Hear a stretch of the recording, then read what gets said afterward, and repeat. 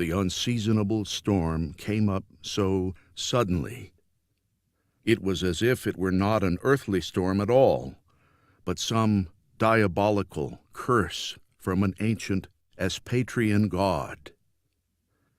Ansgar, the youngest son of King Bogomil, was suddenly tossed out of the small bunk in which he had been trying to sleep. Sleep, if it came, was his way of ignoring the queasiness in his stomach. Ansgar was never comfortable when traveling by ship.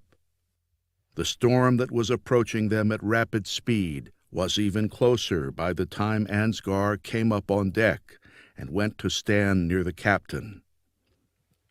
The skies looked ominous indeed, dark in the middle of the day, with winds whipping up in heavy gusts and waves becoming more turbulent. The small crew was hurriedly trying to bring down the sail in the face of the terrible winds, but was struggling with some ropes that had snagged or knotted.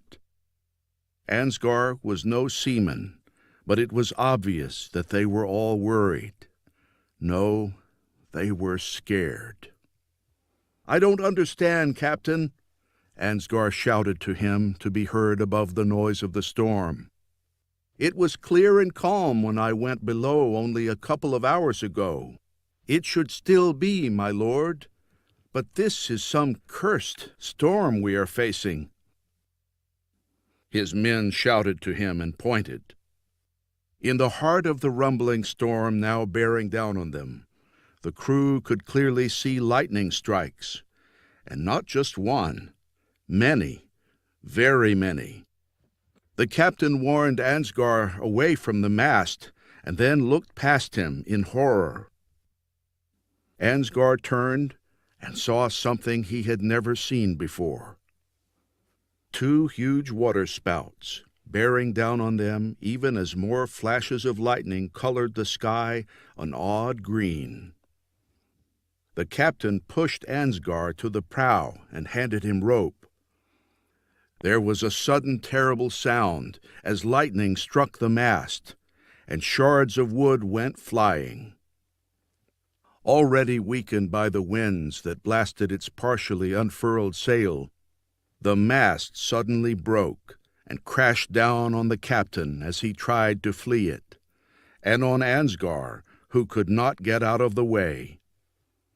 It crushed the one to death and struck the other unconscious.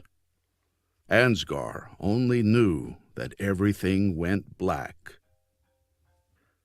When he first regained consciousness, he was slowly aware of sunlight and calm breezes. The storm had passed. All seemed calm and normal again. Then he realized that everything was not normal. His body ached in many places, and he could not move more than his head without extreme pain. He slipped into darkness again. As he regained consciousness a second time, he heard the sound of dolphin whistles and clicks. A large pod of dolphins was alongside the prow, on which he lay on his stomach. He could not speak normally yet, but was able to whisper, "Please, help me."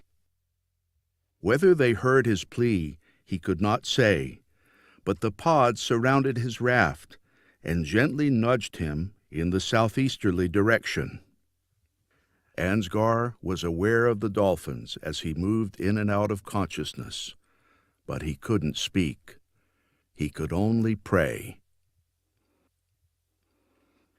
"Brother, can you hear me? Can you move?"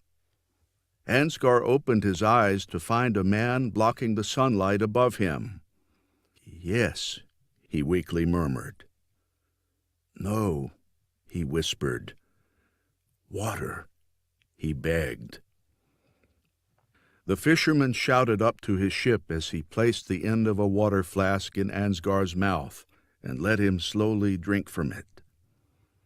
"He's alive, Captain, but badly injured. I fear we must not move him." "Can you tie the raft of your dinghy?" the captain shouted down.